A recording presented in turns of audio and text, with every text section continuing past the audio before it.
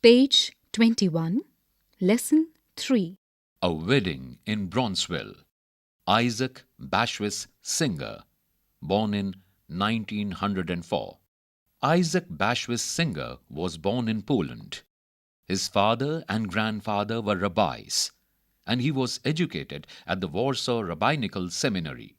In 1935, he immigrated to the US and since then has worked as a regular journalist and columnist for the New York paper, the Jewish Daily Forward. Apart from some early work published in Warsaw, nearly all his fiction has been written in Yiddish for this journal. It is relatively recently that Singer's work has been translated on any scale and that his merit and the endurance of his writing have been recognized by a general audience. He was awarded the Nobel Prize for Literature in 1978. His publications include A Friend of Kafka, The Seance, and Other Stories. Text follows. The wedding had been a burden to Dr. Solomon Margolin from the very beginning. True, it was to take place on a Sunday, but Gretel had been right when she said that was the only evening in the week they could spend together. It always turned out that way.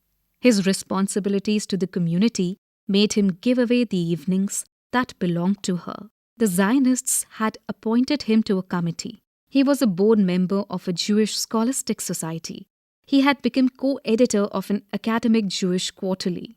And though he often referred to himself as an agnostic and even an atheist, nevertheless for years he had been dragging Gretel to Seders at Abraham Mechil's, a landsman from Saint-Simon.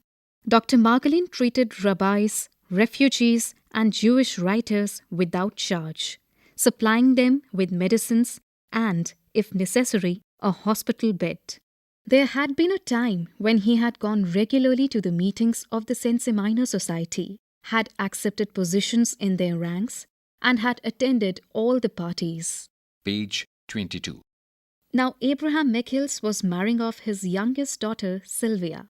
The minute the invitation arrived, Gretel had announced her decision.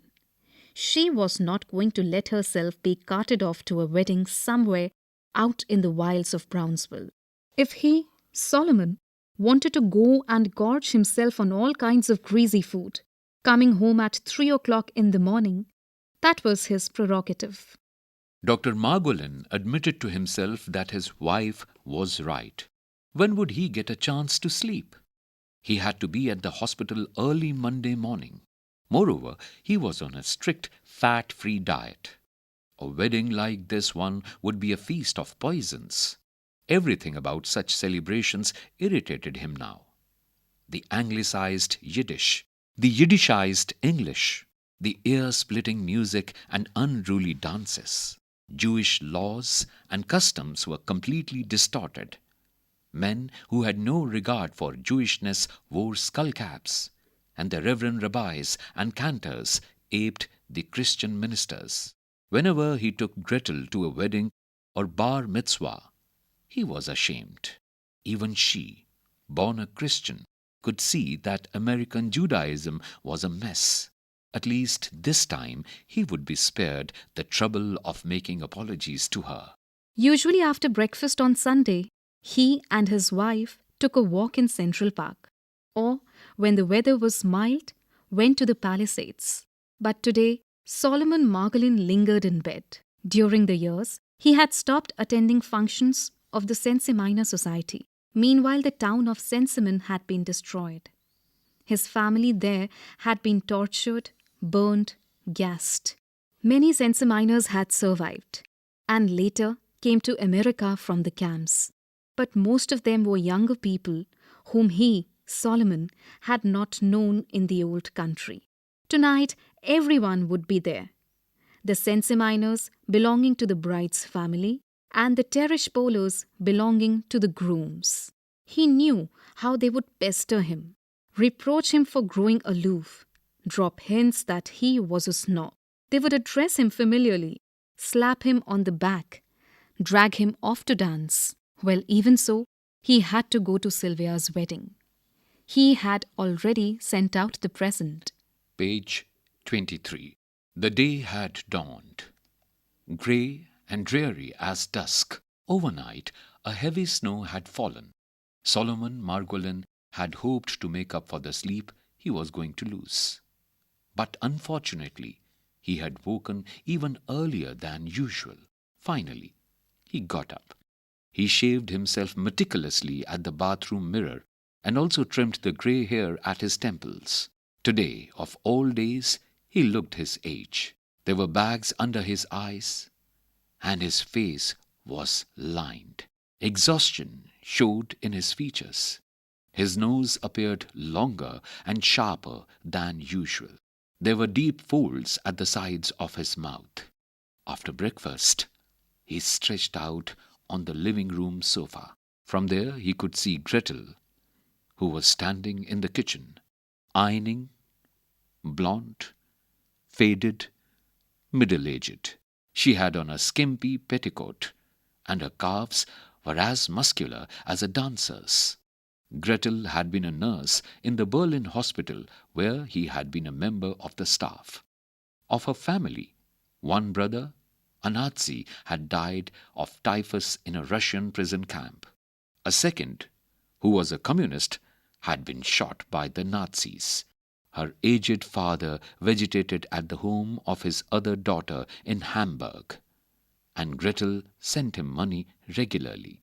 She herself had become almost Jewish in New York. She had made friends with Jewish women, joined Hadassah, learned to cook Jewish dishes. Even her sigh was Jewish. And she lamented continually over the Nazi catastrophe. She had her plot waiting for her beside his in that part of the cemetery that the Sensiminers had reserved for themselves. Dr. Margolin yawned, reached for the cigarette that lay in an ashtray on the coffee table beside him, and began to think about himself. His career had gone well. Ostensibly, he was a success. He had an office on West End Avenue and wealthy patients. His colleagues respected him, and he was an important figure in Jewish circles in New York. What more could a boy from Sensimin expect? A self-taught man, the son of a poor teacher of Talmud. In person, he was tall and quite handsome, and he had always had a way with women. He still pursued them. More than was good for him at his age and with his high blood pressure. Page 24. But secretly, Solomon Margolin had always felt that he was a failure. As a child, he had been acclaimed a prodigy, reciting long passages of the Bible and studying the Talmud and commentaries on his own. When he was a boy of 11, he had sent for a responsum to the rabbi of Tarnow, who had referred to him in his reply as great and illustrious. In his teens, he had become a master in the Guide for the Perplexed and the Kuzari. He had taught himself algebra and geometry. At 17, he had attempted a translation of Spinoza's Ethics from Latin into Hebrew, unaware that it had been done before. Everyone predicted he would turn out to be a genius, but he had squandered his talents, continually changing his field of study, and he had wasted years in learning languages, in wandering from country to country. Nor had he had any luck with his one great love, Razel, the daughter of Melek, the watchmaker. Razel had married someone else and later had been shot by the Nazis. All his life, Solomon Margolin had been plagued by the eternal questions. He still lay awake at night, trying to solve the mysteries of the universe. He suffered from hypochondria, and the fear of death haunted even his dreams. Hitler's carnage and the extinction of his family had rooted out his last hope for better days, had destroyed all his faith in humanity. He had begun to despise the matrons who came to him with their petty ills while millions were devising horrible deaths for one another. Gretel came in from the kitchen. "What shirt are you going to put on?" Solomon Margolin regarded her quietly. She had had her own share of troubles. She had suffered in silence for her two brothers, even for Hans the Nazi. She had gone through a prolonged change of life. Now her face was flushed and covered with beads of sweat. He earned more than enough to pay for a maid, yet Gretel insisted on doing all the housework herself, even the laundry. It had become a mania with her. Every day she scoured the oven. She was forever polishing the windows of their apartment on the 16th floor, and without using a safety belt. All the other housewives in the building ordered their groceries delivered, but Gretel lugged the heavy bags from the supermarket herself. Page 25. Now husband and wife sized each other up wryly, feeling the strangeness that comes of great familiarity. He was always amazed at how she had lost her looks. No one feature had altered, but something in her aspect had given way. Her pride, her hopefulness, her curiosity. He blurted out, What shirt? It doesn't matter. A white shirt. "You're not going to wear the tuxedo? Wait, I'll bring you a vitamin." I don't want a vitamin. "But you yourself say they are good for you." Leave me alone. "Well, it's your health, not mine." And slowly she walked out of the room, hesitating as if she expected him to remember something and call her back. Stop and think. 1. Who were the Sensi miners? 2. Why did Dr. Margolin not particularly want his wife to accompany him to the wedding? Text continues. Dr. Solomon Margolin took a last look in the mirror and left the house. He felt refreshed by the half-hour nap he had had after dinner. Despite his age, he still wanted to impress people with his appearance, even the Sensi miners. He had his illusions. In Germany, he had taken pride in the fact that he looked like a junker, and in New York, he was often aware that he could pass for an Anglo-Saxon. He was tall, slim, blonde, blue-eyed. His hair was thinning, had turned somewhat grey, but he managed to disguise these signs of age. He stooped a little, but in company was quick to straighten up.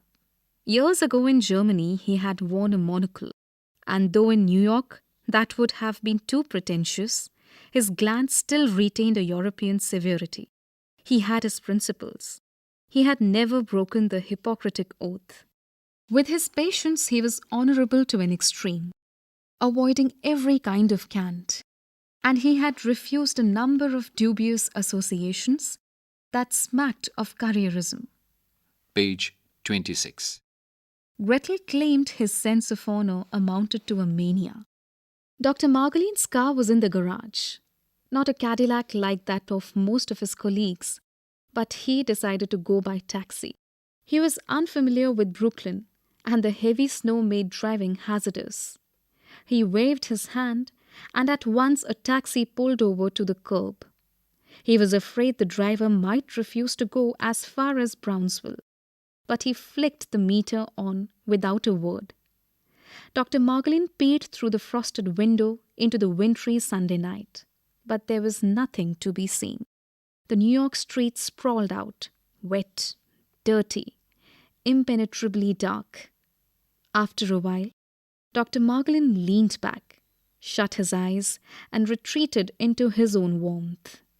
His destination was a wedding. Wasn't the world like this taxi, plunging away somewhere into the unknown toward a cosmic destination? Maybe a cosmic Brownsville? A cosmic wedding? Yes. But why did God, or whatever anyone wanted to call him, create a Hitler, a Stalin? Why did he need world wars? Why heart attacks, cancers? Dr. Margolin took out a cigarette and lit it hesitantly. What had they been thinking of? Those pious uncles of his, when they were digging their own graves? Was immortality possible? Was there such a thing as the soul? All the arguments for and against weren't worth a pinch of dust. The taxi turned onto the bridge across the East River, and for the first time, Dr. Margolin was able to see the sky. It sagged low, heavy, red as a glowing metal. Higher up, a violet glare suffused the vault of the heavens. Snow was sifting down gently, bringing a winter peace to the world, just as it had in the past, 40 years ago, 1,000 years ago, and perhaps 1,000,000 years ago. Fairy pillars appeared to glow beneath the East River, on its surface, through black waves jagged as rocks. A tugboat was hauling a string of barges loaded with cars. A front window in the cab was open and icy gusts of wind blew in, smelling of gasoline and the sea. Suppose the weather never changed again. Who then would ever be able to imagine a summer day, a moonlit night, spring? But how much imagination, for what it's worth, does a man actually have? Page 27. On Eastern Parkway, the taxi was jolted and screeched suddenly to a stop. Some traffic accident, apparently. The siren on police car shrieked. A wailing ambulance drew nearer. Dr. Margolin grimaced. Another victim. Someone makes a false turn of the wheel, and all a man's plans in this world are reduced to nothing. A wounded man was carried to the ambulance on a stretcher. Above a dark suit and blood-spattered shirt and bow tie, the face had a chalky pallor. One eye was closed, the other partly open and glazed. Perhaps he, too, had been going to a wedding. Dr. Margolin thought, he might even have been going to the same wedding as I. Some time later, the taxi started moving again. Solomon Margolin was now driving through the streets he had never seen before. It was New York, but it might just as well have been Chicago or Cleveland. They passed through an industrial district with factory buildings, warehouses of coal, lumber, scrap iron. Negroes, strangely black, stood about on the sidewalks, staring ahead, their great dark eyes full of gloomy hopelessness. Occasionally the car would pass a tavern. The people at the bar seemed to have something unearthly about them, as if they were being punished here for sins committed in another incarnation. Just when Solomon Margolin was beginning to suspect that the driver, who had remained stubbornly silent the whole time, had gotten lost or else was deliberately taking him out of his way, the taxi entered a thickly populated neighborhood. They passed a synagogue, a funeral parlor, and there, ahead, was the wedding hall, all lit up with its neon Jewish sign and Star of David. Dr. Margolin gave the driver $1 tip, and the man took it without uttering a word. Dr. Margolin entered the outer lobby, and immediately the comfortable intimacy of the Senseminers engulfed him. All the faces he saw were familiar, though he didn't recognize individuals. Leaving his hat and coat at the check room, he put on a skull cap and entered the hall. It was filled with people and music, with tables heaped with food, a bar stacked with bottles. The musicians were playing an Israeli march that was hodgepodge of American jazz with Oriental flourishes. Page 28. Men were dancing with men, women with women, men with women. He saw black skullcaps, white skullcaps, bare heads. Guests kept arriving, pushing their way through the crowd, some still in their hats and coats, munching hors d'oeuvres, drinking schnapps. The hall resounded with stamping, screaming, laughing, clapping. Flash bulbs went off blindingly as the photographers made their rounds. Seeming to come from nowhere, the bride appeared, briskly sweeping up her train, followed by a retinue of bridesmaids. Dr. Margolin knew everybody, and yet knew nobody. People spoke to him, laughed, winked, and waved, and he answered each one with a smile, a nod, a bow. Gradually, he threw off all his worries, all his depression. He became half drunk on the amalgam of odors, flowers, sauerkraut, garlic, perfume, mustard, and that nameless odor that only sensiminers emit. Hello, doctor. Hello, Schkolem Dovit. You don't recognize me, huh? Look, you forgot. There were the encounters, the regrets, the reminiscences of long ago. But after all, weren't we neighbors? You used to come to our house to borrow the Yiddish newspaper. Someone had already kissed him. A badly shaven snout, a mouth reeking of whiskey and rotten teeth. One woman was so convulsed with laughter that she lost an earring. Margolin tried to pick it up, but it had already been trampled underfoot. You don't recognize me, huh? Take a good look. It's Sizzle, the son of Chai Bale. Why don't you eat something? Why don't you have something to drink? Come over here, take a glass. What do you want? Whiskey? Brandy? Cognac? Scotch? With soda? With Coca-Cola? Take some. It's good. Don't let it stand. So long as you are here, you might as well enjoy yourself.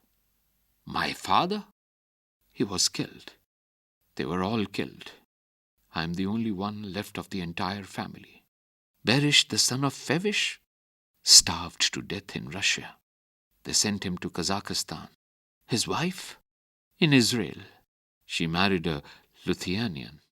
Sorel? Shot, together with her children. Yentl, here at the wedding. She was standing here just a moment ago. There she is, dancing with that tall fellow, Abraham Zilberstein. They burned him in the synagogue with 20 others. Page 29. A mound of charcoal was all that was left. Coal and ash. Yuzel Budnik. He passed away years ago. You must mean Yekel Budnik. He has a delicatessen store right here in Brownsville. Married a widow whose husband made a fortune in real estate. Lekayim, doctor? Lekayim. Shloim Dovit? It doesn't offend you that I call you Shloim Dovit? To me, you're still the same Shloim Dovit. The little boy with the blonde side curls who recited a whole tractate of the Talmud by heart. You remember, don't you? It seems like only yesterday. Your father, may he rest in peace, was beaming with pride. Your brother Shaim, your uncle Oiza, they killed everyone. Everyone. They took a whole people and wiped them out with German efficiency. Gleichgeschaltet. Have you seen the bride yet? Pretty as a picture, but too much makeup. Imagine a grandchild of Reb Todros of Radzin, and her grandfather used to wear 2 skullcaps, one in front and one in back. Do you see that young woman dancing in the yellow dress? It's Riva's sister. Their father was Moish, the candle maker. Riva herself, where all the others ended up. Auschwitz. How close we came ourselves. All of us are really dead, if you want to call it that. We were exterminated, wiped out. Even the survivors carry death in their hearts. But it's a wedding. We should be cheerful. Lekayim Shloim Dovit, I would like to congratulate you. Have you a son or daughter to marry off? No? Well, it's better that way. What's the sense of having children if people are such murderers? Stop and think. 1. What is the Hippocratic Oath? 2. What topic does the merry banter at the wedding invariably lead to? Text continues. It was already time for the ceremony, but someone still had not come. Whether it was the rabbi, the cantor, or one of the in-laws who was missing, nobody seemed able to find out. Abraham Michaels, the bride's father, rushed around, scowled, waved his hand, whispered in people's ears. Page 30. He looked strange in his rented tuxedo.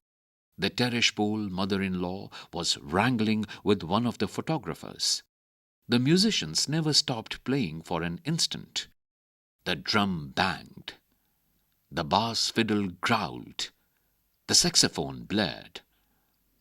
The dances became faster, more abandoned, and more people were drawn in. The young men stamped with such force that it seemed the dance floor would break under them. Small boys romped around like goats. The little girls whirled about wildly together. Many of the men were already drunk. They shouted boasts, howled with laughter, kissed strange women. There was so much commotion that Solomon Margolin could no longer grasp what was being said to him and simply nodded yes to everything. Some of the guests had attached themselves to him, wouldn't move, and kept pulling him in all directions, introducing him to more and more people from Sensiman and Tereshpol. A matron with the nose covered with warts pointed a finger at him, wiped her eyes, called him Shloimel. Solomon Margolin inquired who she was, and somebody told him names were swallowed up in the tumult. He heard the same words over and over again. Died, shot, burned. A man from Tereshpol tried to draw him aside and was shouted down by several Sensiminers, calling him an intruder who had no business there. A latecomer arrived, a horse and buggy driver from Sensiman, who had become a millionaire in New York. His wife and children had perished, but already he had a new wife. The woman weighted with diamonds, paraded about in a low-cut gown that bared a back, covered with blotches to the waist. Her voice was husky. Where did she come from? Who was she? Certainly no saint. Her first husband was a swindler who amassed a fortune and then dropped dead. Of what? Cancer. Where? In the stomach. First, you don't have anything to eat. Then you don't have anything to eat with. A man is always working for the second husband.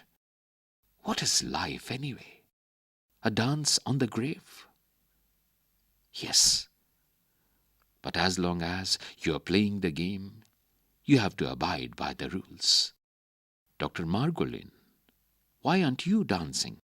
You're not among strangers. We are all from the same dust. Over there you want a doctor. Page 31.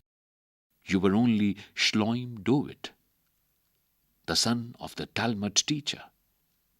Before you know it, we'll all be lying side by side. Margolin didn't recall drinking anything, but he felt intoxicated all the same. The foggy hall was spinning like a carousel. The floor was rocking. Standing in a corner, he contemplated the dance. What different expressions the dancers wore. How many combinations and permutations of being the creator had brought together here. Every face told its own story. They were dancing together, these people, but each one had his own philosophy, his own approach. A man grabbed Margolin, and for a while he danced in the frantic whirl. Then, tearing himself loose, he stood apart. Who was that woman? He found his eye caught by her familiar form. He knew her. She beckoned to him. He stood baffled. She looked neither young nor old. Where had he known her? That narrow face, those dark eyes, That girlish smile. Her hair was arranged in the old manner, with long braids wound like a wreath around her head. The grace of Sensiman adorned her, something he, Margolin, had long since forgotten. And those eyes, he was in love with those eyes, and had been all his life. He half smiled at her, and the woman smiled back. There were dimples in her cheeks. She too appeared surprised. Margolin, though he realized he had begun to blush like a boy, went up to her. I know you, but you're not from Sensiman. Yes, from Sensiman. He had heard that voice long ago. He had been in love with that voice. From Sensiman. Who are you, then? Her lips trembled. You've forgotten me already? It's a long time since I left Sensiman. You used to visit my father. Who was your father? Milek, the watchmaker. Dr. Margolin shivered. If I'm not out of my mind, then I'm seeing things. Why do you say that? Because Razel is dead. Page 32. I'm Razel. You're Razel? Here? Oh my God. If that's true, then anything is possible. When did you come to New York? Some time ago. From where? From over there. But everyone told me that you were all dead. My father, my mother, my brother Herschel. But you were married? I was. If that's true, then anything is possible. Repeated Dr. Margolin, still shaken by the incredible happening. Someone must have purposely deceived him. But why? He was aware that there was a mistake somewhere, but could not determine where. Why didn't you let me know? After all, He felt silent. She too was silent for a moment. I lost everything, but I still had some pride left. come with me somewhere quieter, anywhere. This is the happiest day of my life. But it's night. Then, the happiest night, almost as if the Messiah had come, as if the dead had come to life. Where do you want to go? All right, let's go. Margolin took her arm and felt at once the thrill, long forgotten, of youthful desire. He steered her away from the other guests, afraid that he might lose her in the crowd, or that someone would break in and spoil his happiness. Everything had returned on the instant. The embarrassment, the agitation, the joy. He wanted to take her away, to hide somewhere alone with her. Leaving the reception hall, they went upstairs to the chapel where the wedding ceremony was to take place. The door was standing open. Inside, on a raised platform, stood the permanent wedding canopy. A bottle of wine and a silver goblet were placed in readiness for the ceremony. The chapel, with its empty pews and only one glimmering light, was full of shadows. The music, so blaring below, sounded soft and distant up here. Both of them hesitated at the threshold. Margolin pointed to the wedding canopy. Page 33. We could have stood there. Yes. Tell me about yourself. Where are you now? What are you doing? It is not easy to tell. Are you alone? Are you attached? Attached? No. Would you never have let me hear from you?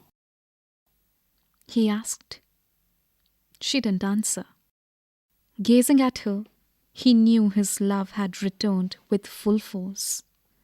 Already he was trembling at the thought that they might soon have to part. The excitement and expectancy of youth filled him. He wanted to take her in his arms and kiss her, but at any moment someone might come in. He stood beside her, ashamed that he had married someone else, that he had not personally confirmed the reports of her death. How could I have suppressed all this love? How could I have accepted the world without her? And what will happen now with Gretel? I'll give her everything. My last cent. He looked round toward the stairway to see if any of the guests had started to come up. The thought came to him that by Jewish law, he was not married, for he and Gretel had had only a civil ceremony. He looked at Razel. According to Jewish law, I'm a single man. Is that so? According to Jewish law, I could lead you up there and marry you. She seemed to be considering the import of his words. Yes, I realize. According to Jewish law, I don't even need a ring. One can get married with a penny. Do you have a penny? He put his hand to his breast pocket, but his wallet was gone. He started searching in his other pockets. Have I been robbed? He wondered. But how? I was sitting in the taxi the whole time. Could someone have robbed me here at the wedding? He was not so much disturbed as surprised. He said falteringly, Strange, but I don't have any money. Page 34. We'll get along without it. But how am I going to get home? Why go home? She said, countering with a question. She smiled with that homely smile of hers that was so full of mystery. He took her by the wrist and gazed at her. Suddenly it occurred to him that this could not be his Razel. She was too young. Probably it was her daughter who was playing along with him, mocking him. For God's sake, I'm completely confused, he thought. He stood bewildered, trying to untangle the years. He couldn't tell her age from her features. Her eyes were deep, dark, and melancholy. She also appeared confused, as if she, too, sensed some discrepancy. The whole thing is a mistake, Margolin told himself. But where exactly was the mistake? And what had happened to the wallet? Could he have left it in the taxi after paying the driver? He tried to remember how much cash he had in it, but was unable to. I must have had too much to drink. These people have made me drunk. Dead drunk. For a long time he stood silent, lost in some dreamless state, more profound than a narcotic trance. Suddenly he remembered the traffic collision he had witnessed on Eastern Parkway. An eerie suspicion came over him. Perhaps he had been more than a witness. Perhaps he himself had been the victim of that accident. That man on the stretcher looked strangely familiar. Dr. Margolin began to examine himself, as though he were one of his own patients. He could find no trace of pulse or breathing, and he felt oddly deflated, as if some physical dimension were missing. The sensation of weight, the muscular tension of his limbs, the hidden aches in his bones, all seemed to be gone. It can't be, he murmured. Can one die without knowing it? And what will Gretel do? Stop and think. 1. Who was the woman that Dr. Margolin suddenly encountered? 2. What were the events that led to his confused state of mind? Page 35. He blurted out, You are not the same Razel. No? Then who am I? They shot Razel.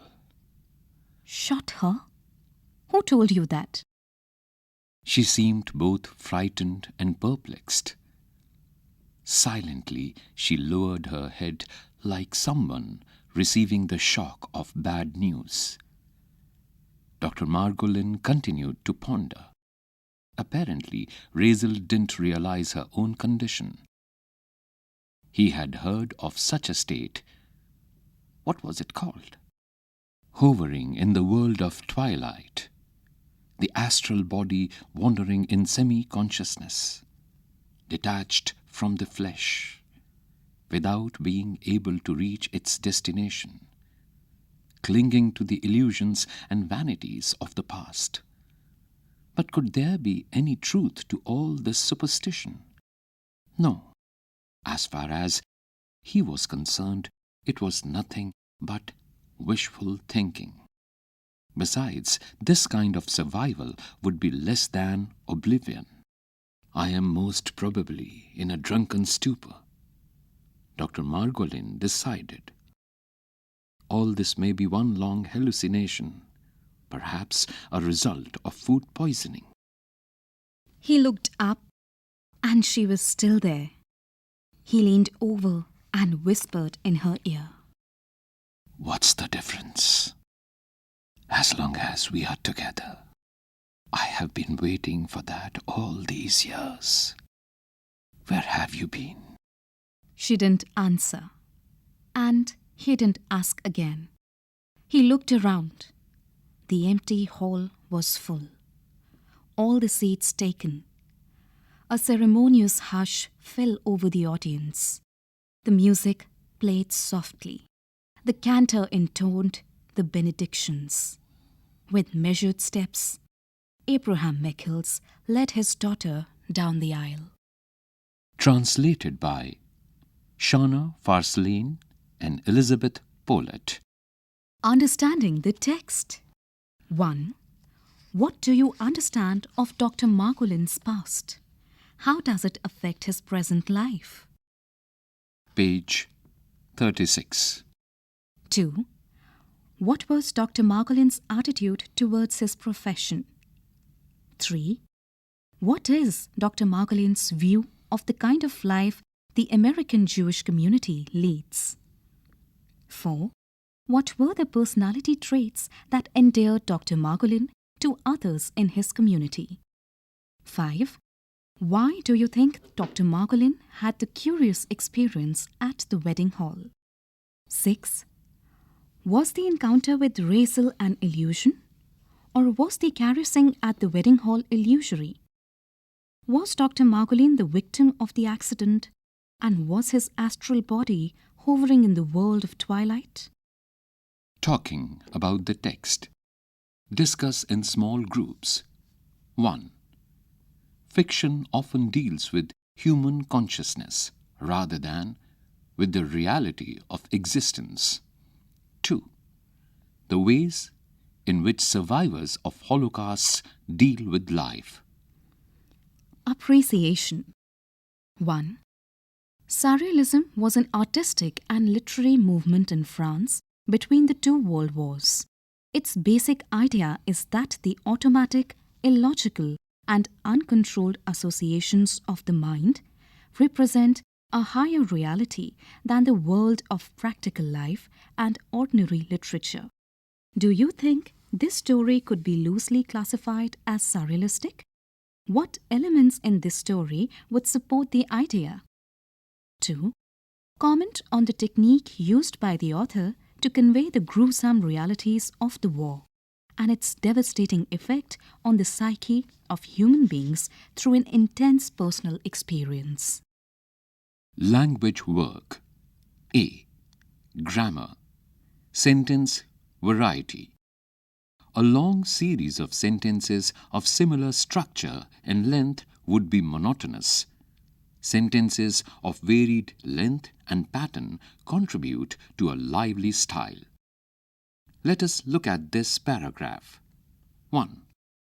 Usually after breakfast on Sunday, he and his wife took a walk in Central Park, or, when the weather was mild, went to the Palisades.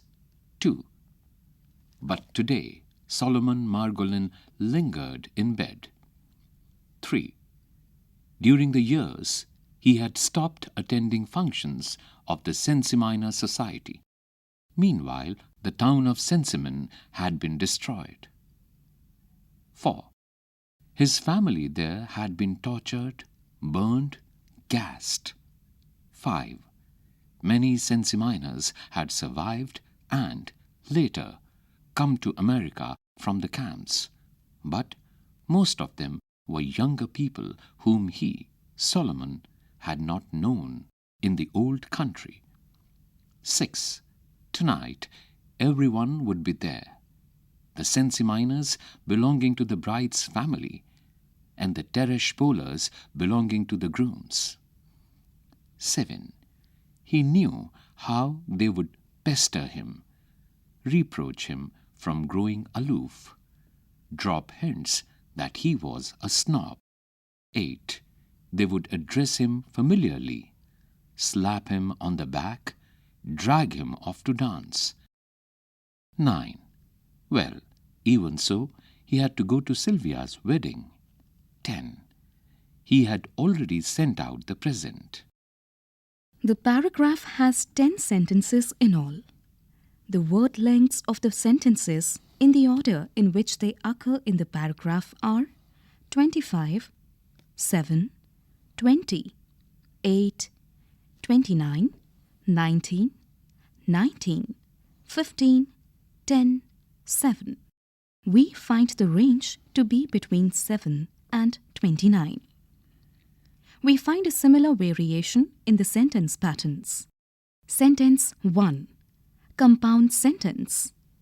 2 independent clauses joined by the coordinating conjunction, or Sentence 2. Simple sentence. Sentence 3. 2 simple sentences joined by a semicolon. Conjunction. Meanwhile. Sentence 4. Simple sentence. Sentence 5. Compound complex sentence consisting of 2 independent clauses joined by and. The third part has another independent clause joined with the second by but. It has a relative clause joined to it by the subordinator whom. Sentence 6. Simple sentence. A main clause followed by 2 non-finite clauses set in a position to the main clause. Sentence 7. Complex sentence. 1 main clause and 3 parallel subordinate clauses, hinging on the subordinator how, they, and would, going with each clause and another subordinate clause depending on drop hints. Sentence 8. Parallel independent clauses following the same subject, they. The auxiliary would goes with each verb. Sentence 9. Simple sentence. Sentence 10. Simple sentence. You will also notice the use of the past tense, past perfect for events and the future. The story is narrated in the past. The protagonist's remote past are in the past perfect. The protagonist's expectation of what would happen at the wedding is in the future. Note that the variation of form emerges from the emphasis in meaning. Page 38. Task. Examine the paragraph beginning. Sometime later, the taxi started moving again. For variety in sentence length and sentence structure. B. Pronunciation. In a word, such as afternoon, the third syllable, noon, is the most prominent. This is called the primary stress, after noon. You will also notice that the first syllable is less prominent than the third syllable. This is called the secondary stress. In the dictionary, the primary stress and the secondary stress are indicated as after noon. The middle syllable is unstressed. Dusk. Say the following words with correct stress. These words carry stress pattern similar to the example given above. Understand, refugee, apprehend, addressee, rearrange. Given below are some words chosen from the lesson. Mark the primary and secondary stresses for each word. Invitation, American, association, creator, responsible, illustrious, honorable, 17, ambulance, permanent. Suggested reading: The Seance and Other Stories by Isaac Bashevis Singer. The Slave by Isaac Bashevis Singer.